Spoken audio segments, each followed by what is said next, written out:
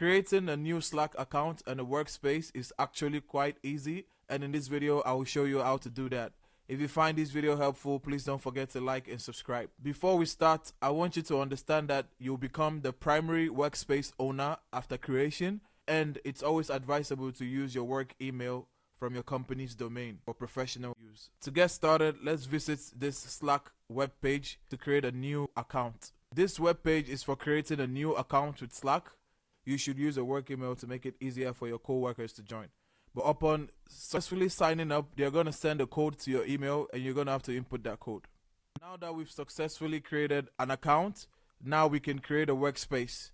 Toggle on this to receive marketing communications about the Salesforce, and after that we can create our workspace. Slack is going to then prompt you to include some information about your company.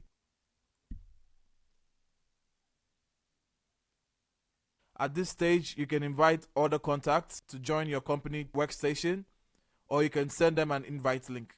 And after all that, voila, we have our test company, and now we can start inviting people to our workstation. As you can see, this is still on the web page. Let's access this on the Slack app. Now, if you have the Slack app, what you want to do is you want to go to the Slack app on this sidebar. You want to go to Add Workspaces, and you want to click on the plus sign. From here, you want to go to sign into another workspace. After that, you're going to be prompted to input your work email or the email you use to register the workspace.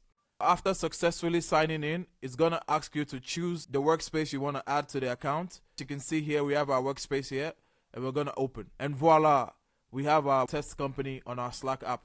If you find this video helpful, please don't forget to like and subscribe. Until the next one, see ya.